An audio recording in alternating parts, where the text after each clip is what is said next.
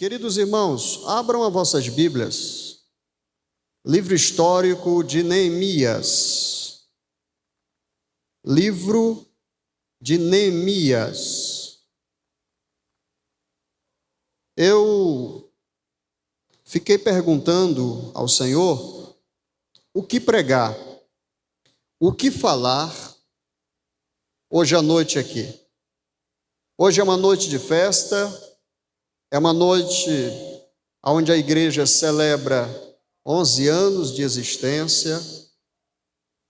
Achou Neemias? Olha para cá. E após a leitura que iremos fazer, a partir do capítulo 1, do verso 1 em diante. Neemias, capítulo 1, do verso 1 em diante. Vamos fazer uma leitura um tanto extensa de alguns versículos, para tentarmos entender algumas questões nas quais quero compartilhar com a igreja. Eu quero trazer uma palavra para a igreja sobre as lições de um grande construtor. As lições de um grande construtor cujo nome é Neemias. Você pode repetir após mim? Aqui está show, show de bola. Obrigado, querido. Você pode repetir para mim as lições? Isso, junto comigo. As lições de vida de um grande construtor, cujo nome é Neemias. Não esqueça, Neemias. O nome deste livro é o nome do personagem. Não é um nome fictício, é o nome de um personagem que, por fazer aquilo que Deus o chamou para fazer, por sentir desejo de fazer aquilo que ele fez, o seu nome foi registrado e colocado no cânon sagrado. Muitos de vocês vão entender, acredito, sobre algumas questões relacionadas à vida, e quero fazer uso da leitura da palavra para trazer algumas lições. Se você tem o hábito de anotar, anote. As lições que vai nos passar esse grande construtor chamado Neemias. Eu não sei se você sabe, mas nós estamos em uma grande obra.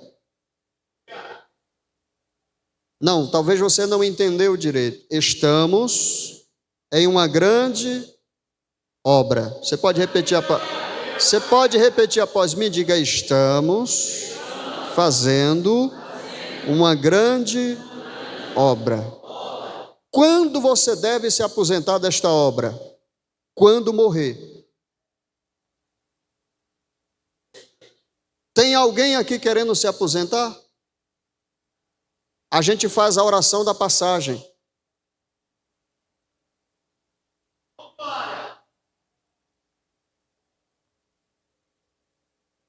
Estamos fazendo uma grande obra. E olha para cá, não é sobre o texto. Eu vou ler Neemias capítulo 1, do verso 1 em diante. Mas Jesus em Mateus 9, 37 em diante, no 38 ele diz o quê? A seara é? E são poucos os. A palavra lá para ceifeiro, em algumas versões, é trabalhador. E a palavra para trabalhador, olha para cá. A palavra trabalhador em grego é uma palavra que exemplifica exatamente o que eu quero dizer. A palavra obreiro em grego, nesse texto de Mateus 9:38, é ergates. Diga ergates. Ergates significa trabalhador. Jesus diz assim: orem a Deus. Isso é papel da liderança, daqueles que acreditam, daqueles que foram chamados, daqueles que foram vocacionados. Orem a Deus para Ele mandar pessoas para trabalhar. Por quê? Porque a seara é grande. Há muita obra, pastor Clécio, para realizarmos. Há muita coisa para fazer. Tem um versículo no livro de Sansão que diz assim: para trabalhar é Cassiano. Para trabalhar é Cassiano. Aliás, para comer é Cassiano. Para trabalhar, Cassiotro. Quem já ouviu esse versículo bíblico? Para comer, eu me chamo Cassiano. Para trabalhar, Cassiotro. Nós estamos diante de uma grande obra. A obra manancial, ministério manancial, nascido, gerado nos céus, presta atenção, gerado nos céus e plantado no coração deste casal aqui, pastor Josimar e pastora Rosângela, junto com a sua família, tem chegado a lugares distantes e alcançado vidas. Com todo respeito, pastor Josimar, pastora Rosângela e os obreiros deste estimado ministério, se o ministério é manancial hoje, se Deus os chamasse esta família para casa, para o reino dos céus, os seus nomes estariam registrados em atas, o seu legado estaria registrado em corações. O trabalho que vocês fizeram e tudo que vocês fizeram chegaram a alcançar vidas. E estas vidas vão alcançar outras vidas. Alguém uma vez falou acertadamente que o sangue dos mártires derramado no Coliseu Romano é a seiva do evangelho que se propagou. O suor, as lágrimas, o choro, as muitas vontades de avançar e as tantas outras de parar, chegaram a alcançar vidas. Quem entende isso? Então leia comigo, Neemias, capítulo de número 1, do verso 1 em diante. Palavras de Neemias. Você pode repetir após mim? Palavras de quem? De Neemias. Palavras de Neemias, filho de Acalias, no mês de Quisleu, no ano 20º, quando eu, Neemias, estava em Susan, a capital. Anani, um de meus irmãos, veio com alguns de Judá, e lhes perguntei pelos judeus que tinham escapado e que estavam do cativeiro e acerca de Jerusalém. Eles me responderam: os restantes que ficaram do cativeiro, você pode enfatizar isso, que ficaram do cativeiro, lá na província estão em grande miséria e opróbrio. O muro de Jerusalém também está caído e as suas portas queimadas a fogo. Quando eu ouvi estas palavras, me sentei e chorei. E lamentei durante alguns dias, diga alguns dias. Esse alguns dias levou meses. Esse alguns dias levou semanas. E essas semanas levou a meses, alguns dias. E continuei a jejuar e a orar perante o Deus dos céus. E disse: ó Senhor, Deus dos céus, Deus grande e temível, que guarda as alianças e usa de misericórdia para com aqueles que te amam e guarda os teus mandamentos. Os teus ouvidos estejam atentos e os teus olhos estejam abertos para ouvires a oração de teu servo, que eu hoje faço diante de ti, dia e noite, pelos filhos de Israel, teus servos, confessando eu os pecados dos filhos de Israel que temos cometido contra ti. Eu e a casa de meus pais pecamos. Nós pecamos contra ti e não cumprimos os mandamentos, nem os estatutos, nem os juízos que ordenaste a Moisés, teu servo. Mas lembra, Senhor, lembra-te da palavra que ordenastes a teu servo Moisés, dizendo: se pecardes, eu vos espalharei por entre os povos. Mas, se converteres a mim e guardar os meus mandamentos e os cumprirem, mesmo que os vossos rejeitados estejam na extremidade dos céus, de lá os ajuntarei e trarei para o lugar que tenho escolhido para ali fazer habitar o teu nome. Eles são os teus servos e o teu povo, que libertastes com grande força e com a tua mão poderosa. Eu te peço, ó Senhor, que os teus ouvidos estejam atentos à oração do teu servo. Oração e a oração dos teus servos que desejam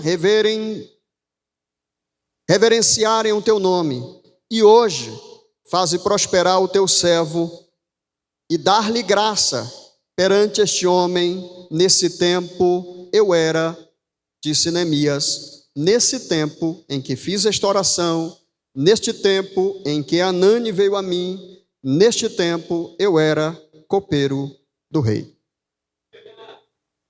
Queridos irmãos, durante a história houve grandes impérios. Diga, durante a história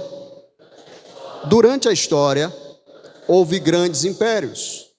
Quando você ler a Bíblia, quando você lê Antigo Testamento e Novo Testamento, você se depara com grandes impérios do mundo antigo.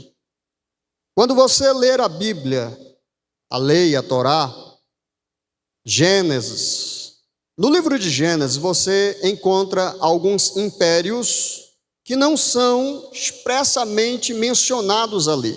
Entretanto, os patriarcas viviam em um contexto histórico.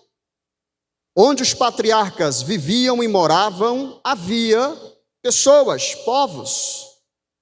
E estes povos serviam aos seus senhores, grandes impérios. Um dos impérios, naquela época do mundo antigo, conhecido como a Grande Babilônia, ou a Babilônia do mundo antigo, cujo um dos reis, conhecido mundialmente, inclusive existem códigos deste rei que governou este grande império. E muitos conhecem.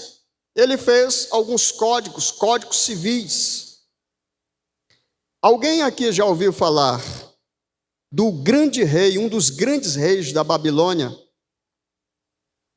conhecido como... E agora me fugiu o nome do rei? Hammurabi. Alguém já ouviu falar de Hammurabi? Ou Hammurabi, cujo rei governou a Grande Babilônia. Dentre tantos reis que houve no mundo antigo, este foi um dos grandes reis do mundo antigo. O seu legado é visto e estudado até hoje nas grandes universidades do mundo antigo. Deixa eu perguntar, de lá, quando você mergulha no livro de Êxodo, você encontra um grande império. Qual império? Egito. Diga, o grande império egípcio, cujo império, cuja marca deixa na vida do grande povo de Deus, na vida dos judeus. De lá para cá, grandes impérios surgem no cenário quando você está lendo o Antigo Testamento. Depois da Grande Babilônia, outros impérios surgem. E um dos grandes impérios que se sobressai é o Império Egito. Os grandes egípcios, os grandes faraós. E eles conquistam todo o mundo.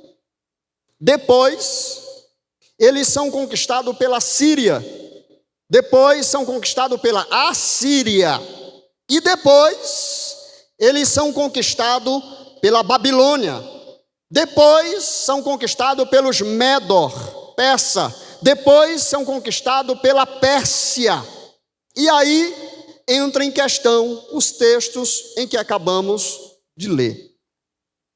Os textos em que nós acabamos de ler, remontam a um período do Império Persa. Há um momento muito importante na história. Quem lê o livro de Esther, diga Esther. Só existe o livro com o nome Esther, porque uma mulher, dentre tantas as mulheres, se posicionou. Só existe o livro Neemias, porque um homem, dentre a multidão dos milhares de judeus, se posiciona. Só existe Manancial, porque existe pastor Josimar e pastora Rosângela. Não estou dizendo que os demais obreiros que aqui passaram não tenha somado para a existência desse ministério. Eu estou dizendo que tudo começa sendo gerado no coração de Deus e compartilhado no coração deste homem conhecido como Josimar. Depois compartilhado no coração de sua esposa e assim sucessivamente. Tudo começa com um desejo. Tudo começa com um sonho. Tudo começa com um gerar de um plano de Deus, de uma ideia gerada no coração de Deus. Quem está me entendendo aqui? Então, para que fique claro, a grande Babilônia, depois o grande império egípcio, depois a Síria, depois a Assíria, e aí preste atenção, no ano 612 a.C., um grande império, que até então estava hibernando, descansando no anonimato, que era um grande império lá atrás e que perdeu grande força para os egípcios, ele se levanta das cinzas, conhecido como Império Babilônico, ou um império novo da Babilônia que se levanta. E esse império babilônico, a grande Babilônia, não a grande de Hammurabi, mas uma grande que se levanta dentre os povos, vindo lá de trás do grande pai de Nabucodonosor, e que se estende lá na frente, ele se levanta e ele começa a conquistar.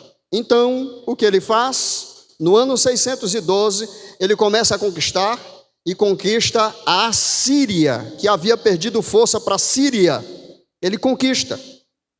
4 anos depois, diga 4 anos depois, o grande Egito, que ainda estava tendo força, é conquistado pela grande Babilônia, e a Babilônia vai arrastando.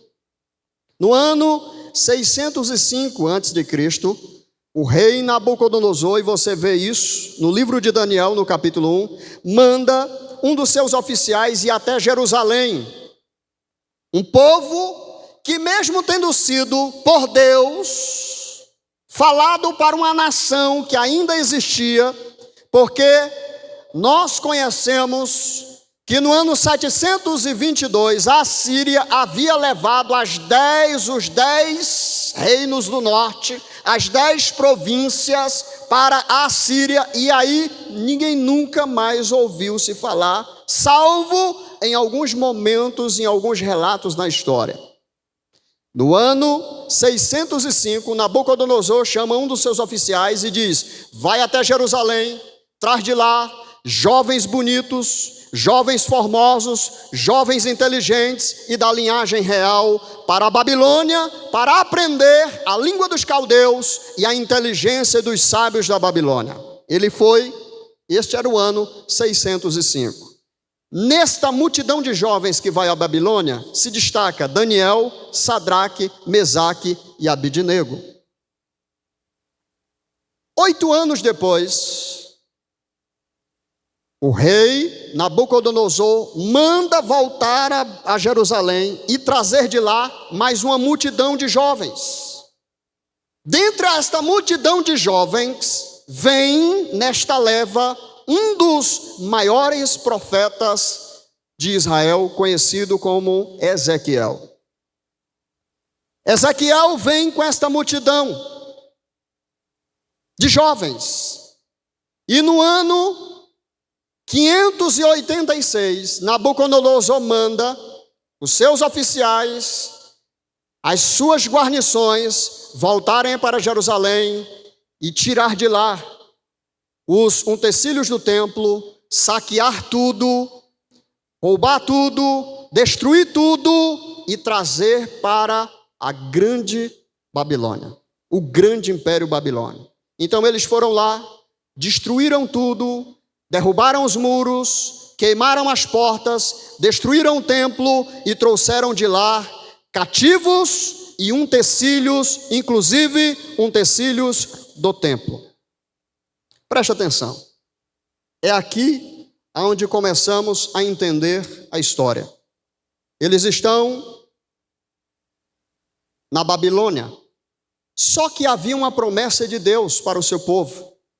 Deus levantaria um pagão, um ímpio, que chamaria de seu servo para uma missão específica.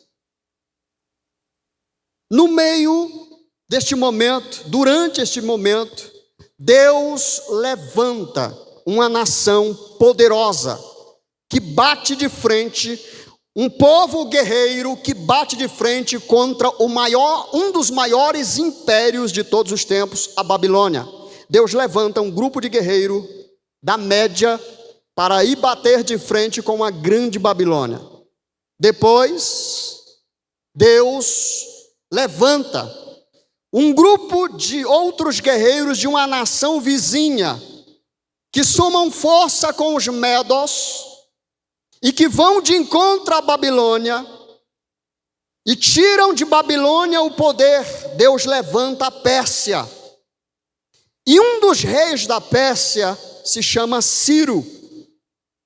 E é este homem que Deus vai usar por causa de uma profecia ministrada pelo profeta Jeremias lá atrás, que se o seu povo, que se chama pelo seu nome, ainda que esteja em pecado, a leitura que acabamos de ler, se ele se humilhar, se ele se voltar para Deus, Deus tiraria de onde eles estivessem e ajuntaria no lugar que ele queria que eles estivessem.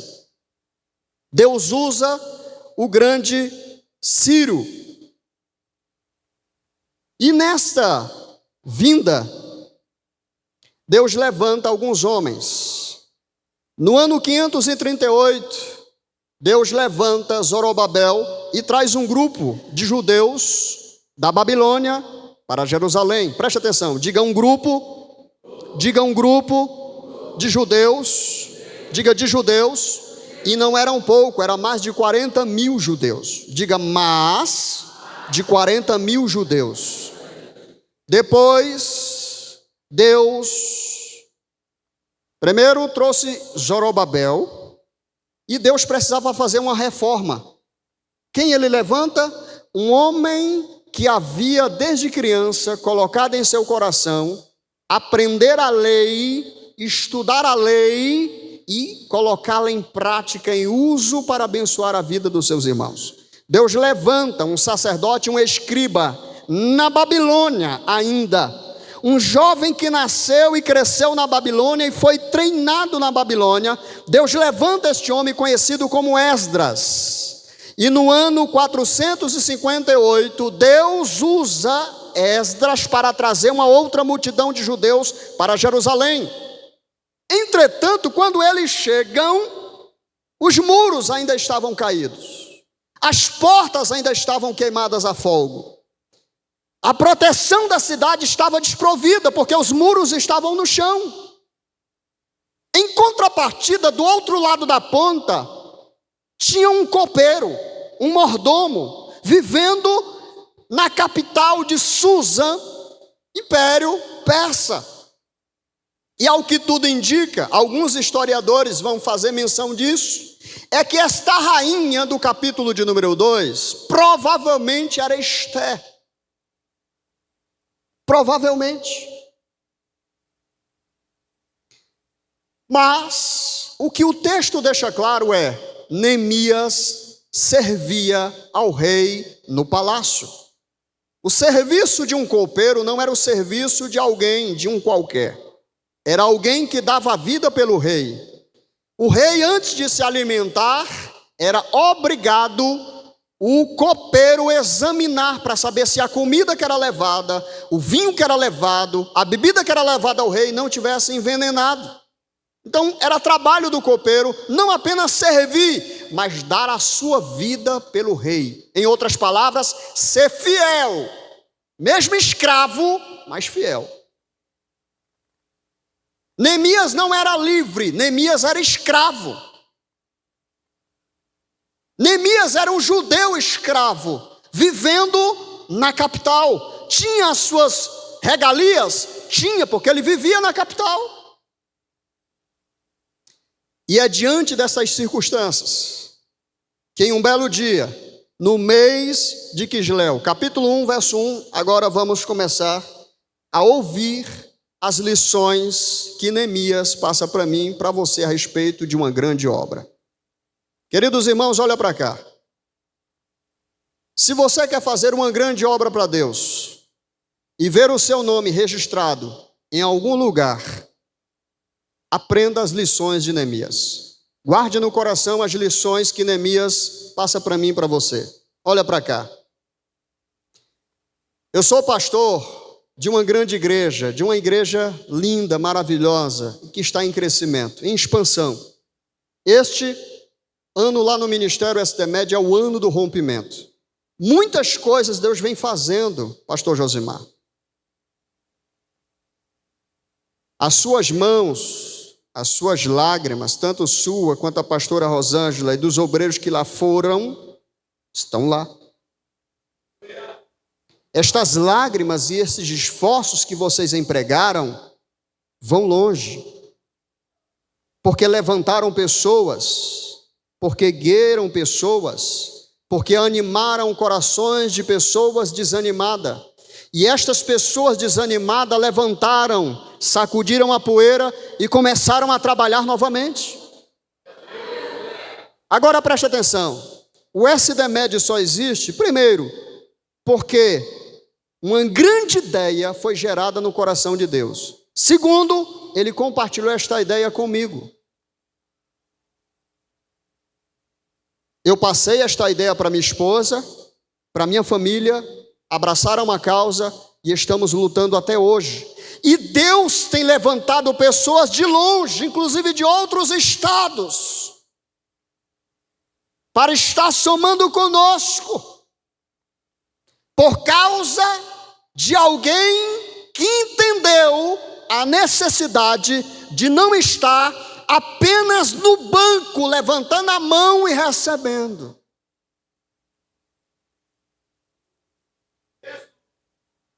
Uma coisa é você ser crente, vir à igreja, cultuar, levantar as mãos, receber, sentir presença de Deus, sentir poder de Deus. Outra coisa é tu arregaçar as mangas da camisa e dizer: pastor Josimar, conta comigo.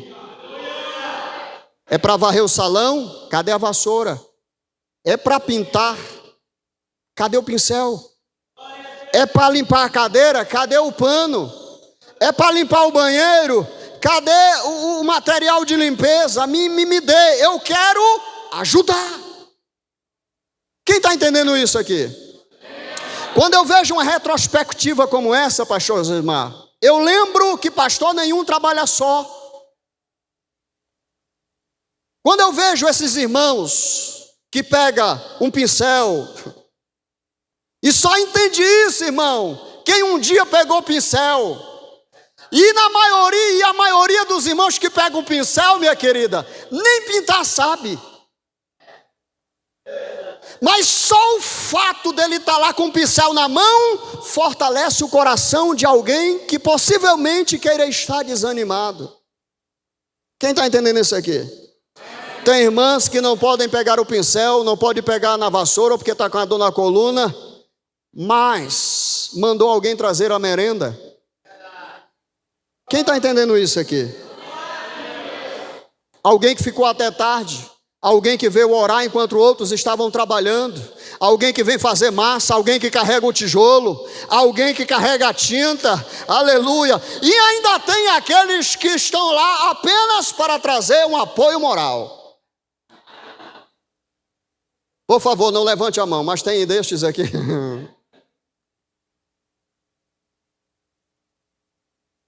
Deixa eu trazer para vocês algumas lições que aprendi ao longo da vida, porque li, porque ouvi, porque dei ouvidos. Então, anote aí. Lições que nos passa, que nos ensina um grande construtor cujo nome é Neemias. Só lembrando, o nome Neemias existe, olha para cá, não é porque ele era judeu. Como eu disse, havia uma multidão de judeus, inclusive em Jerusalém. Enquanto os judeus estavam em Jerusalém, Neemias estava lá no palácio. A distância era grande. Os muros só foram levantados porque alguém dentre uma multidão de pessoas se posiciona. Tudo começa com um posicionamento. E a minha palavra e a minha oração para esta noite é que você saia do comodismo. Esta é a intenção da palavra que Deus colocou em meu coração. Que você saia do comodismo da linha lá de trás e passe para as linhas, as fileiras da frente, arregace as mangas da camisa e diga: pastor, conta comigo. Então vamos lá para as lições. Primeira lição, capítulo 1, do verso 4 ao 11, capítulo 2, do 1 ao 8. Primeira lição, interesse pela causa.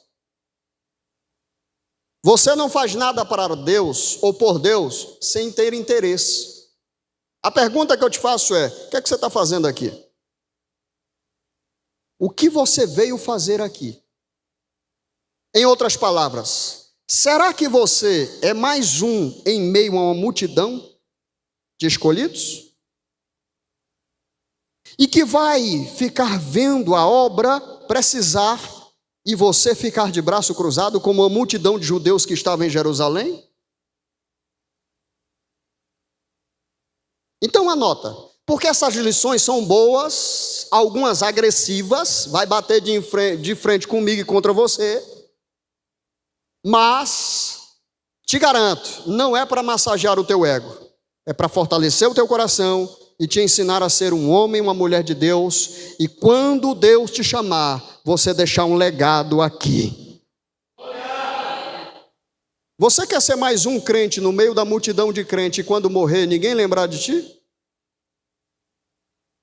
Ou quer ser um irmão, uma irmã, um crente em Jesus, um guerreiro, e quando partir, 10 anos depois, 20 anos depois, 30 anos depois, século 4 antes de Cristo, século 4 antes de Cristo, ainda estou falando de Neemias. Alguém hoje ainda vive sob a ação, o poder e a unção de Neemias. Alguém hoje ainda vive sob o poder e a ação de Charles Spurgeon, John Knox, Martinho Lutero, João Wesley, Deli Mahmood, Billy Graham, Lester Sumrall, Oral Roberts, tantos homens que passou na história e que não foram apenas mais um no meio da igreja, ocupando um banco, mas foi alguém que teve interesse pela causa. Segunda lição, está no capítulo 1, do verso 4, capítulo 1, verso 1, capítulo 2, verso 1. Primeira lição, interesse pela causa. Diga interesse pela causa. Segunda lição, oração pela causa. Foi a primeira coisa que Neemias fez. Viu seus irmãos, chamou seus irmãos e disse: como é que está Jerusalém? Como é que estão os nossos irmãos que ficaram lá? E como é que estão os nossos irmãos que retornaram da Babilônia? O irmão passa o relatório: olha, o negócio lá não está bom. As portas estão queimadas a fogo, os muros derrubados, e os nossos irmãos estão em grande miséria. Ninguém vai, preste atenção, olha para cá. O que eu vou falar aqui pode machucar o teu coração, mas eu aprendi. Não pergunte para ninguém como está a vida dele se você não tiver interesse em ajudá-lo. Quem está me ouvindo aqui em alto e bom som? Vou repetir que eu sei que está ficando gravado aqui, mas é para gravar no teu coração. Nunca pergunte para um irmão ou para uma irmã como está a vida dele ou dela se você não tem interesse em ajudar.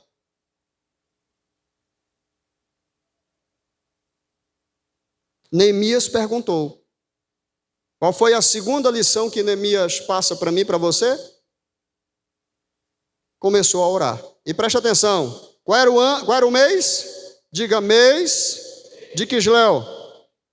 Nono mês do calendário hebraico. Nono mês. Capítulo 2, verso 1. No mês de Nissan, março, abril. Quantos meses? 3 meses se passaram. O que era que Neemias estava fazendo durante esses 3 meses? Orando, jejuando, pagando o preço. Para quê? Para Deus tocar no coração do rei.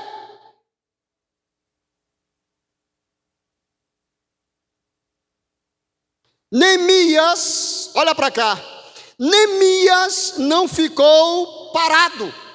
Neemias começou a trabalhar. Quantos de nós, eu vou fazer uma aplicação aqui, quantos de nós, por favor, irmão, que perguntamos para o nosso irmão ou para a nossa irmã a respeito de como está a situação, o irmão começa a falar: o negócio não está bom, está difícil, estou passando uma luta, estou passando uma prova, e muitos destes que perguntam sequer pagam 30 minutos de oração pela vida do outro. Sequer jejumam, pastor Josimar. Eu jejuar? Deus me livre. Está repreendido em nome de Jesus. Eu jejuar pela causa do outro, pela vida do outro, pelo propósito do outro, para ver o outro melhor do que eu? Deus me livre. Neemias não. Neemias passou, preste atenção, olha para cá, irmão. Neemias estava de boa, como a gente diz. Neemias estava comendo bem, dormindo bem, vivendo bem, protegido. Neemias estava no palácio. Por que eu vou pagar um preço pelos meus irmãos que estão lá em Jerusalém sofrendo sem comer? Eu aqui estou no bife, filé mignon. Deixa eles lá no Nissim hoje mesmo. Quem manda eles pecar? Quem manda eles transgredir os mandamentos de Deus? Está passando isso? É? Glória! Quem manda pecar? Ainda tem aqueles irmãos que dizem assim: bem feito. Eu avisei. Bem feito. Que se ferre mesmo. Deus é assim. Deus é assim. Deus é amor. E ainda enche a boca. Mas a justiça. Não faça isso.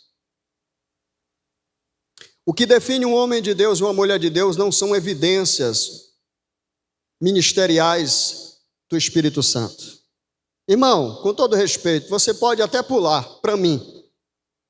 Você pode até marchar, pode rodopiar, entrar no manto. Isso não evidencia um homem e uma mulher de Deus. À luz da Bíblia, não. Um homem de Deus e uma mulher de Deus cheio do Espírito Santo pode fazer isso? Pode. Mas não evidencia o caráter de um homem e de uma mulher de Deus. O que evidencia um homem e o caráter de uma mulher de Deus é fruto do Espírito. amor, paz, longanimidade, benignidade, temperança, mansidão, domínio próprio, fé. Que adianta pular e não ter amor? O que adianta pular e não ser manso? O que adianta pular, rodopiar, sei lá fazer o quê, e não aprender a controlar o seu ego, a sua língua, seus pensamentos e suas ações? O conceito de pentecostalismo no Brasil, irmão, precisa, muitos deles, fazer uma reavaliação à luz da Bíblia Sagrada. E não é à luz da teologia, é à luz da Bíblia. Então deixa eu dizer uma coisa aqui para os irmãos. Quais lições Neemias passa para mim e para você? Primeiro, interesse pela causa. Segundo, oração pela causa. Eu vi, nesta retrospectiva, os joelhos de muitos irmãos orando pela causa. Senhor, envia recursos, levanta alguém. Levanta alguém.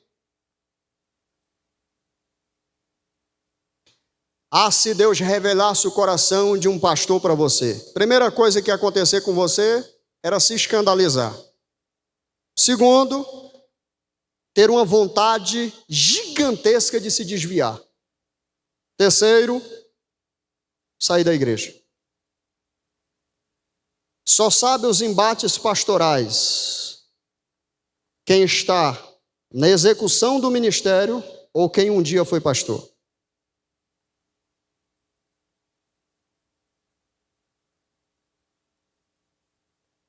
Olha para cá que o que eu vou falar aqui pode te escandalizar. Mas eu vou falar com muito cuidado, com muito temor no meu coração. Esta semana, conversando com um irmão,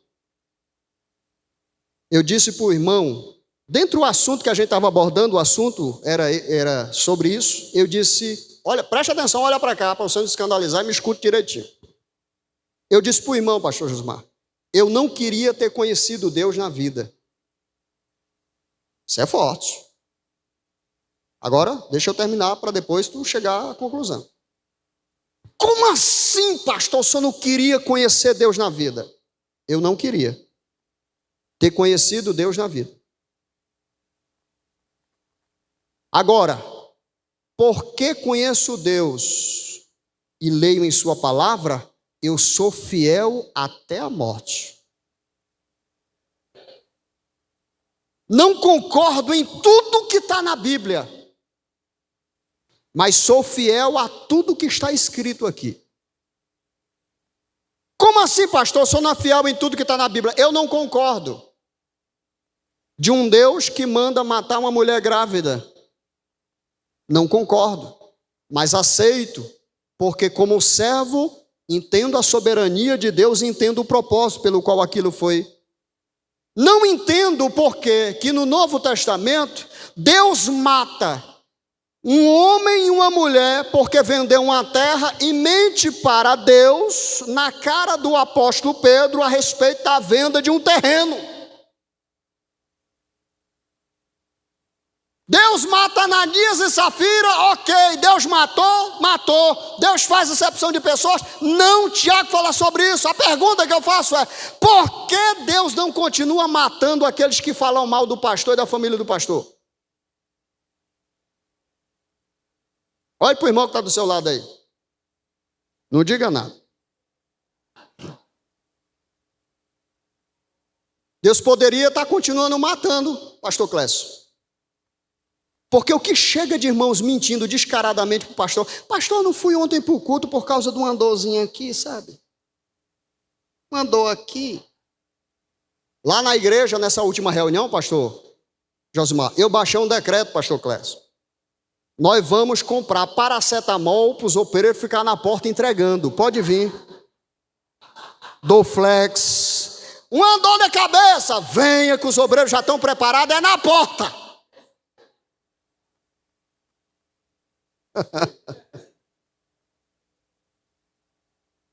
Pastor, mas quem é que vai para a igreja com dor? Eu. Pergunta aos pastores se eles chegam na igreja quando tudo está bem ou quando tudo vai bem. Se ele prega quando tudo está em paz. O pastor prega sangrando. Por fora ele sorri, por dentro está um bagaço. E nem por isso ele deixa de pregar, nem por isso ele deixa de fazer a obra. Sabe por quê? Porque ele faz suas palavras de Neemias: estou fazendo uma grande obra e não posso parar.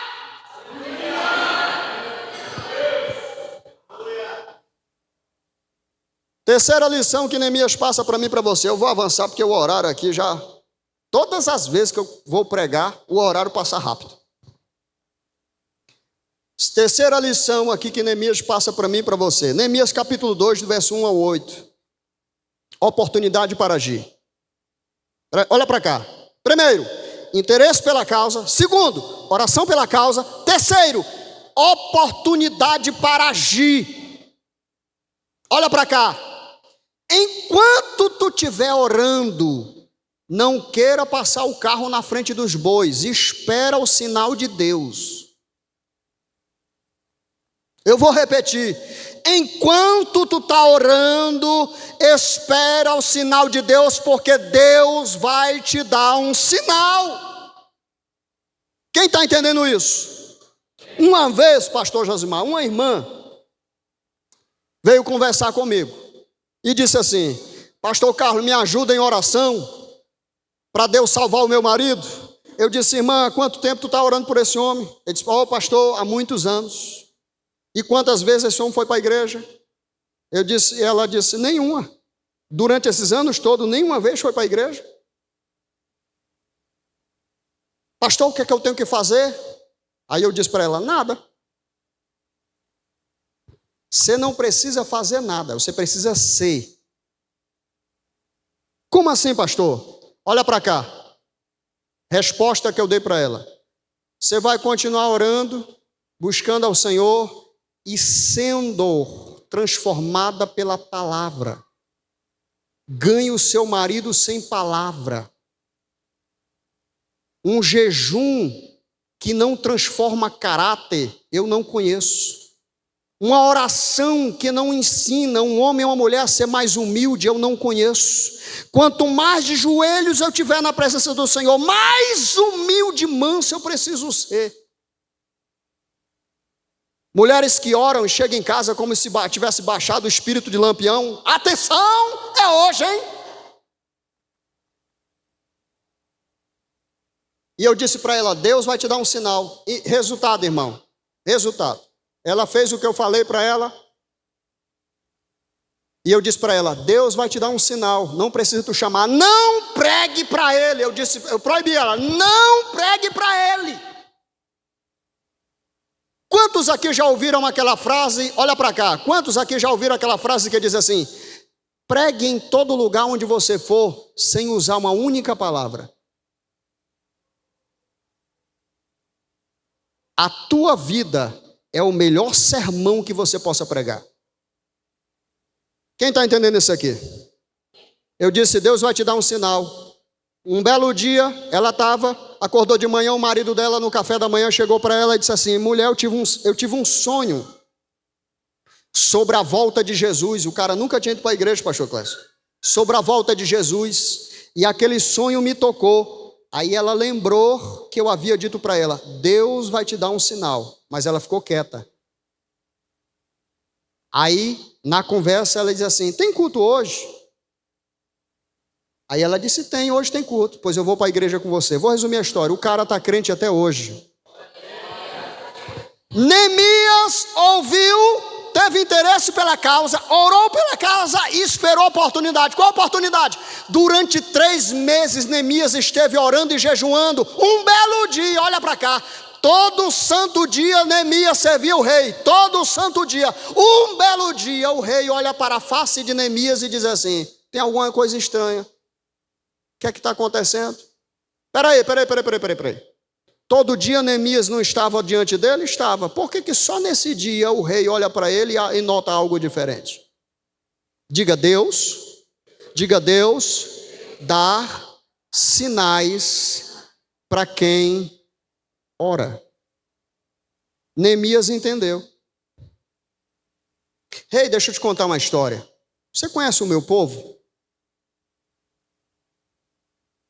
O meu povo está em grande miséria e eu aqui desfruto do bom e do melhor.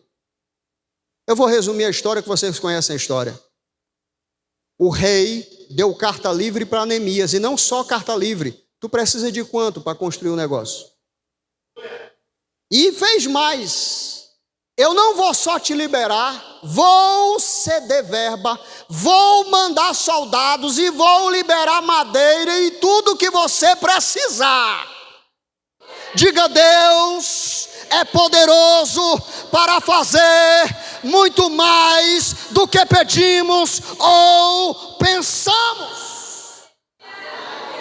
É Paulo que fala isso aos Efésios, capítulo 4, verso 20. Deus é poderoso para fazer muito mais do que você pede ou pensa. Espera o sinal. 4, são 10. Neemias 2, do 1 ao 8. Seja ousado pela causa. Como assim, pastor? Não baixa a cabeça diante da luta.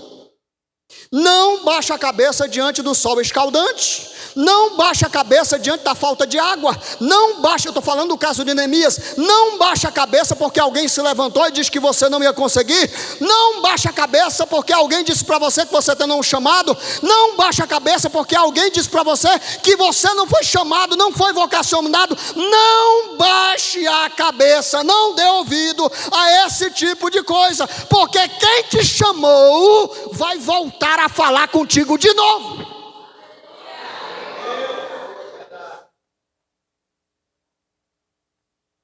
Eu não acredito que o pastor Josimar ia me chamar para pregar se eu não soubesse dizer algumas coisinhas de Jesus. Eu não estou aqui por causa de nossa amizade. Claro que a nossa amizade influencia muito. Claro. Mas olha para cá. Está diante de vocês alguém que os amigos meus, amigos de igreja, olhavam para mim e diziam assim: Deus não te chamou para pregar. Você deveria parar de pensar que Deus te chamou para pregar porque você não conhece nada de Bíblia. O que foi que eu fiz? Ah, Deus não me chamou para pregar, não? Pois eu vou estudar para aprender. Olha para cá, irmão. Se eu tivesse dado ouvido àqueles que disseram isso, eu não estaria aqui. Sabe o que foi que eu fiz? Eu fui ousado. Qual é o teu nome, filho? Bia. Bia, eu fui ousado. Sabe o que foi que eu olhei para ele e disse assim: tu vai engolir isso aí que tu falou. E um dia tu vai pagar para me ouvir pregar.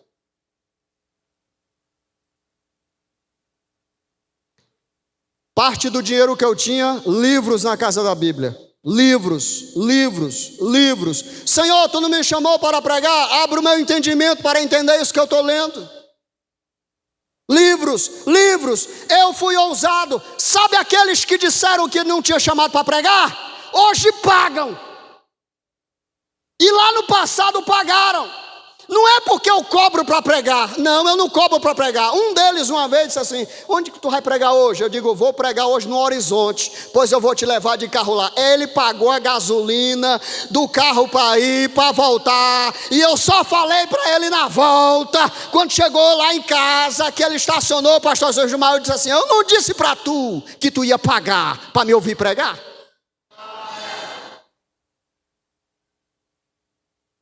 Quem está entendendo isso aqui?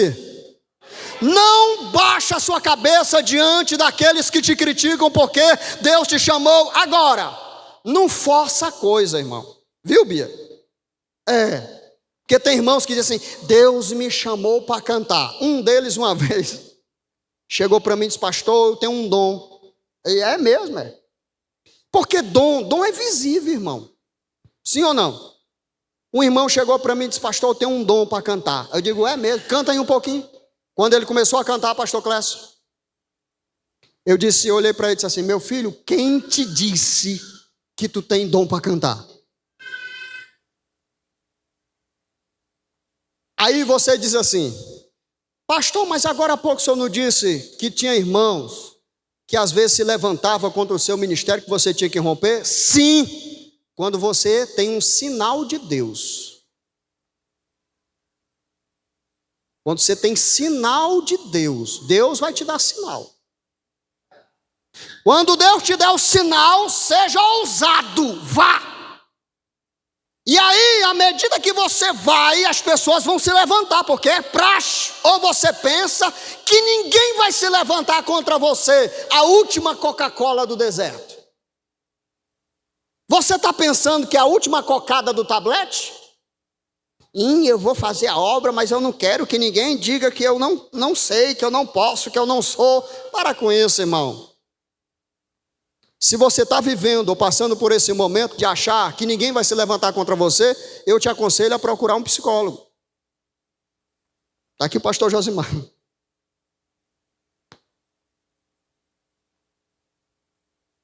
Está com o emocional baixo lá embaixo, a estima lá embaixo. Que é isso, irmão? Levanta. Ei, se fizeram com Jesus, se fizeram com os profetas, se fizeram com Jesus, com os apóstolos, não vão fazer contigo? Quem tu está pensando que é? Maior do que Jesus?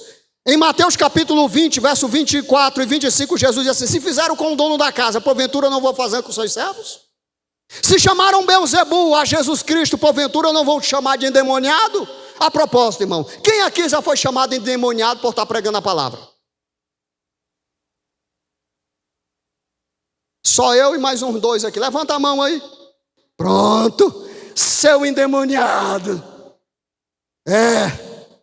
Olha para cá, irmão. Quinta lição, eu vou passar bem rápido. Neemias capítulo 4, verso 3. Confia inteiramente no Pai. Primeiro, interesse pela causa. Segundo, oração pela causa. Terceiro, oportunidade para agir. 4, seja ousado. Quinto, confia inteiramente naquele que te chamou. Porque quem confia inteiramente, pastor Clécio, não tem dúvidas. Deus me chamou para pregar. Eu até tentei cantar.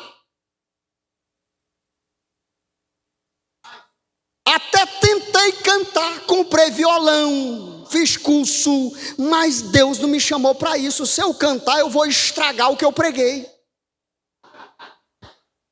Quem está entendendo isso? Quem está entendendo isso? Deus te chamou para quê? E não venha com essa conversa de dizer que você não é útil na obra, não, porque a Bíblia diz que você é útil. Primeira carta de Paulo à igreja em Corinto, capítulo 12, no verso 22, Paulo diz assim: aqueles membros que parecem ser insignificantes, são úteis na obra de Deus, no reino de Deus, nos trabalhos que Deus nos vocacionou. Não tem ninguém inútil. Eu não sou ninguém. Sabe, irmão, eu sou a poeira do tapete. Para com isso, irmão. Em tuas veias corre o sangue de Cristo. Sobre a tua vida está aspergido o sangue do Cordeiro.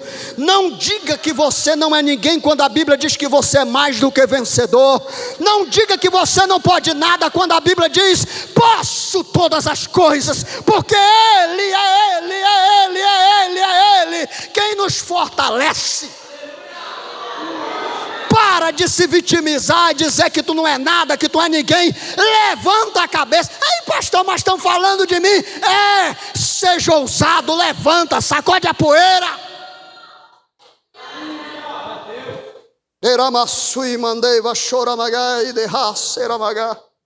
Sexto, vigia dia e noite pela causa, ou seja, em todo o tempo esteja vigilante, mantendo de pé o ministério que você foi chamado para fazer. Como assim, pastor?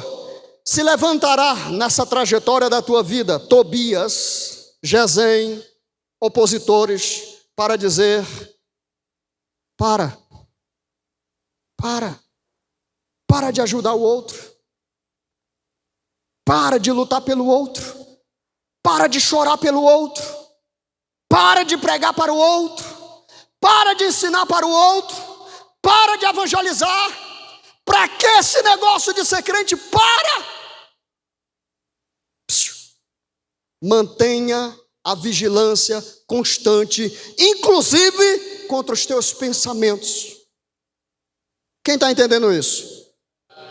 Tem dias, irmão, que você está assim, ó, fogo puro. Eita, que hoje, sai do meio, Satanás. Tem dias, irmão, que você está correndo com medo de Satanás.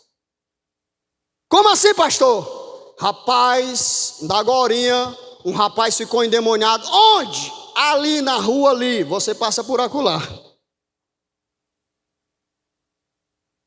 Mas tem dias que você está procurando o demônio. Onde é que tem um? A propósito, irmão, deixa eu perguntar. Quem aqui já foi caçador de demônios? Levanta a mão aí. Eu, pastor Josimar. Aleluia, pastor Clécio. Esposa, pastora. Não, levanta a mão aí. Tem medo do Satanás? Aí talvez algum irmão aqui possa usar aquele versículo bíblico do livro de Sansão. Pastor, está escrito, não cutuca onça com vara curta. Olha para cá, irmãos. Vigia noite e dia com o teu chamado, com a tua missão, com o propósito que Deus te chamou para fazer. Amém? Hoje lá na igreja, no SDMed, hoje é o dia do pastor. Hoje é dia do pastor, não sei nem se a igreja lembra. Tem pastor? Hoje é dia do pastor. Quem sabia que hoje é o dia do pastor? Mandou mensagem para o seu pastor? Mandou mensagem? Junto com a mensagem mandou uma pizza? Já tem irmão ali, pastor, dizendo assim, aí o senhor quer demais. Aí o senhor quer demais. E aí, pastor Clécio, alguém mandou junto com a mensagem um cartãozinho, uma pizza? Chegou pizza na casa de você. Porque lá na igreja eu proíbo.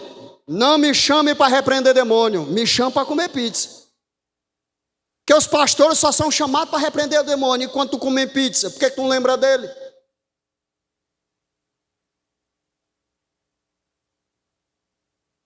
Vigia noite e dia. Sétimo, Neemias 4,14. Isaías 17:19, perseverai lutando pela causa, não fuja. Olha para cá. Não fuja. E pastor, eu não posso. Pode.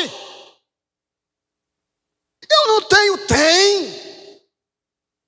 Porque quem te chamou vai te dar força. Quem te vocacionou vai te ajudar. Quem disse para você que você está sozinho nesta luta, nesta peleja, nesta batalha? Que conversa é essa de desistir? Quem quer que você pare, quem quer que você desista, é o adversário da tua alma. Deus não deu espírito de covardia, diz Paulo a Timóteo, mas de amor, poder e moderação. Que espírito é esse? Que Espírito Santo é esse que está na sua vida, que não é um espírito ousado? Vem cá, Satanás. Vem. Que eu vou pegar pelo chifre.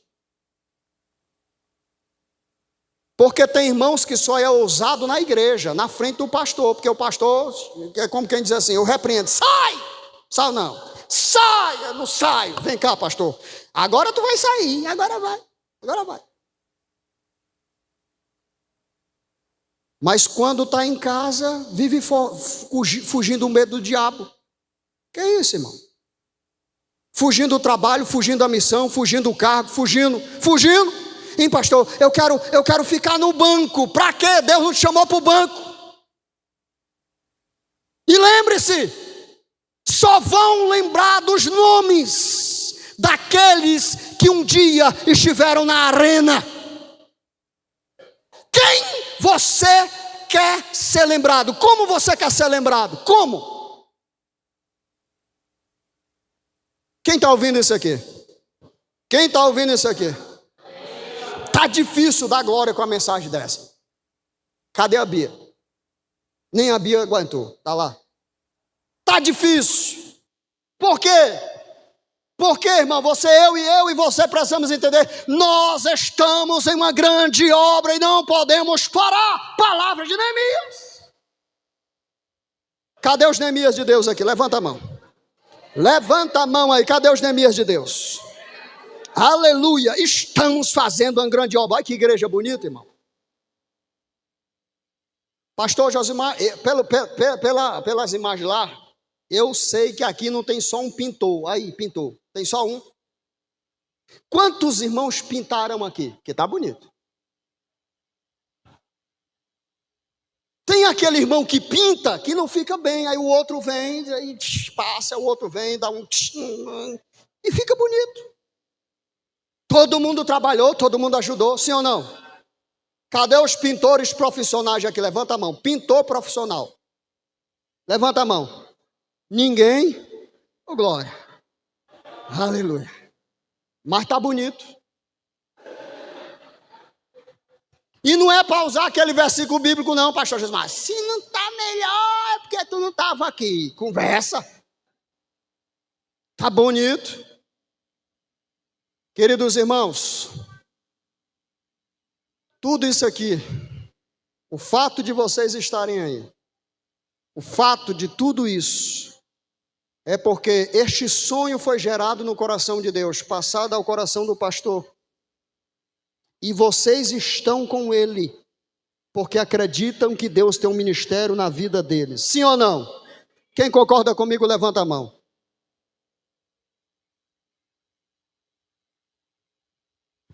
Para terminar, 8. Neemias, capítulo 6, do verso 3 ao 8. Não perca tempo com outra coisa, somente pela causa. Ei, Paulo diz assim, um soldado que foi alistado para a batalha não se envolve em negócios desta vida, antes alegra o coração daquele que o chamou.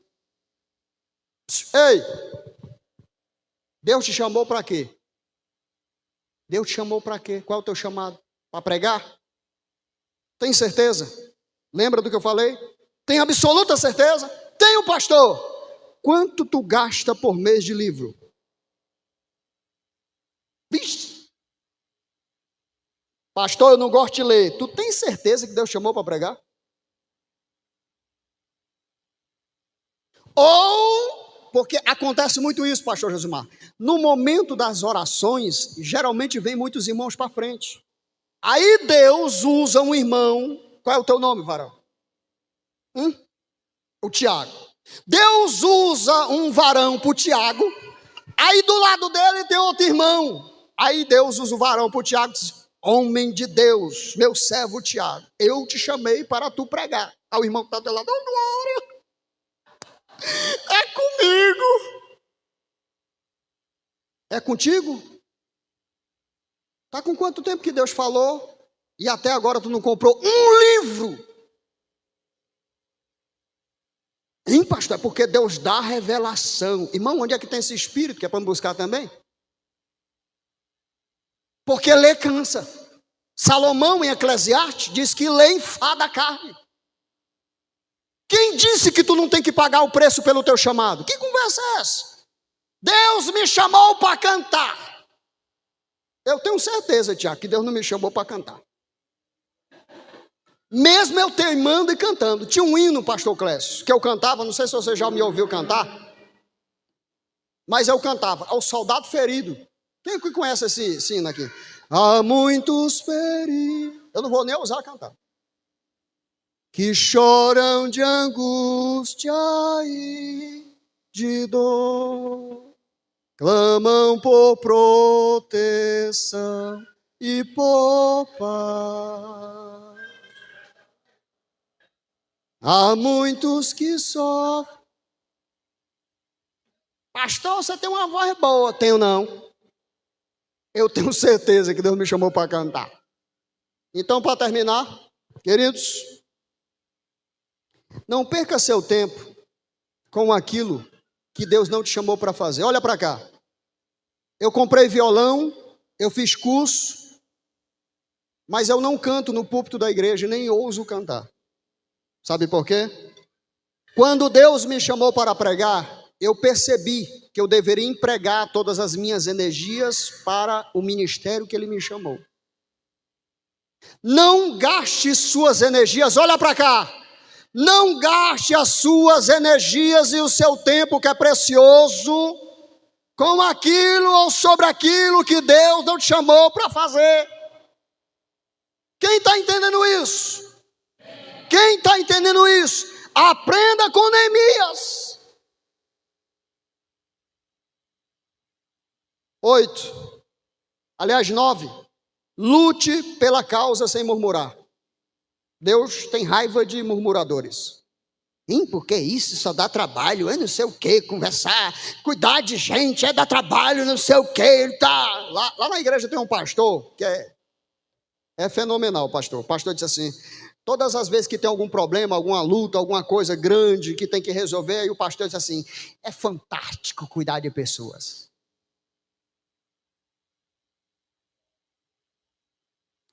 Na minha opinião, todo pastor deveria ser militar. De coronel para cima. Para andar armado. Quando fosse conversar com o irmão, fizesse assim: pode falar, irmão.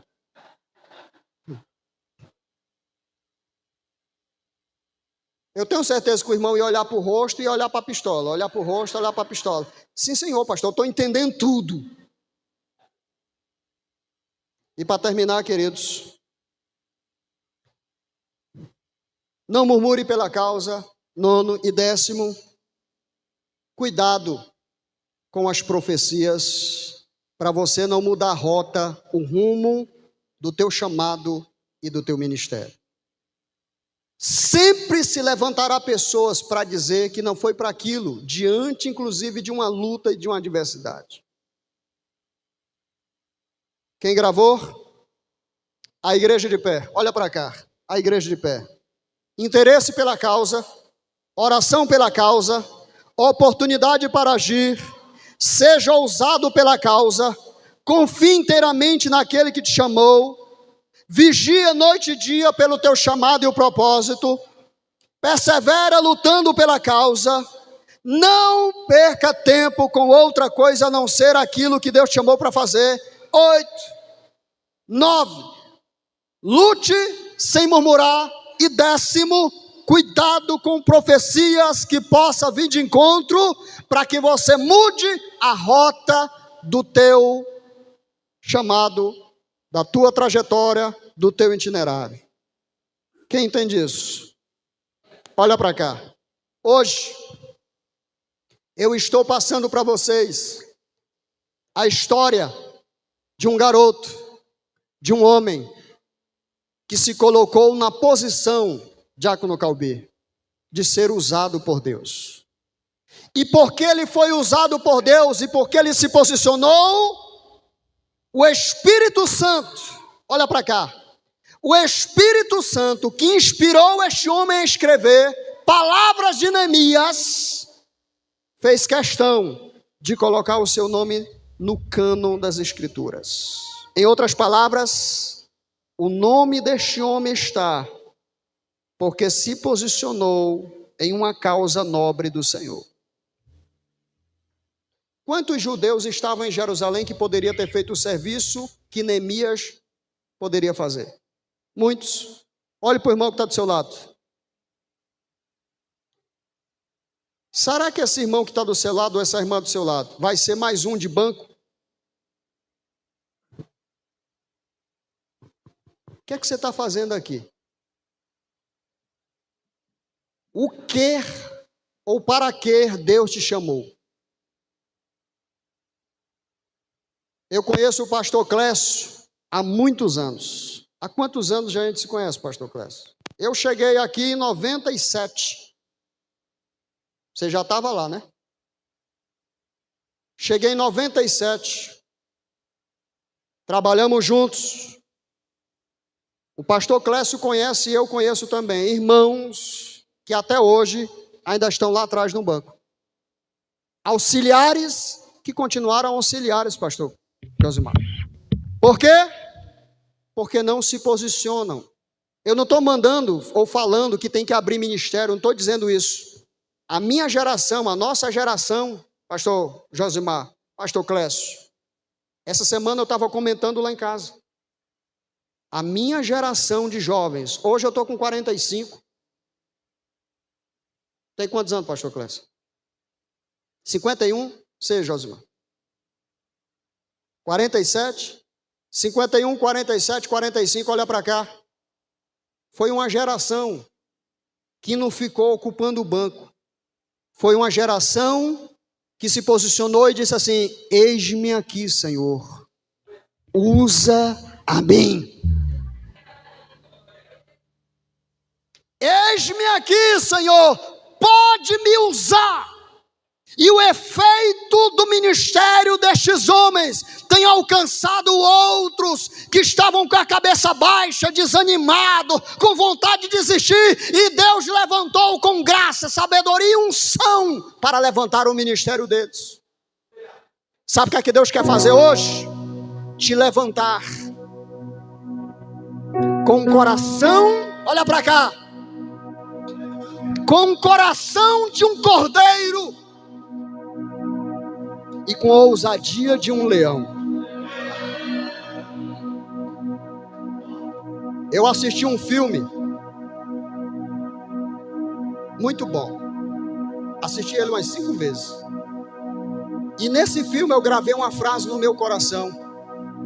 Quem assistiu aqui Robin Hood com Russell Crowe? Robin Hood. Filme Robin Hood. Os crentes não assiste filme não, é? A maioria que assiste, quem assiste televisão aí? Cadê as irmãs das novelas aí? Não levanta a mão não.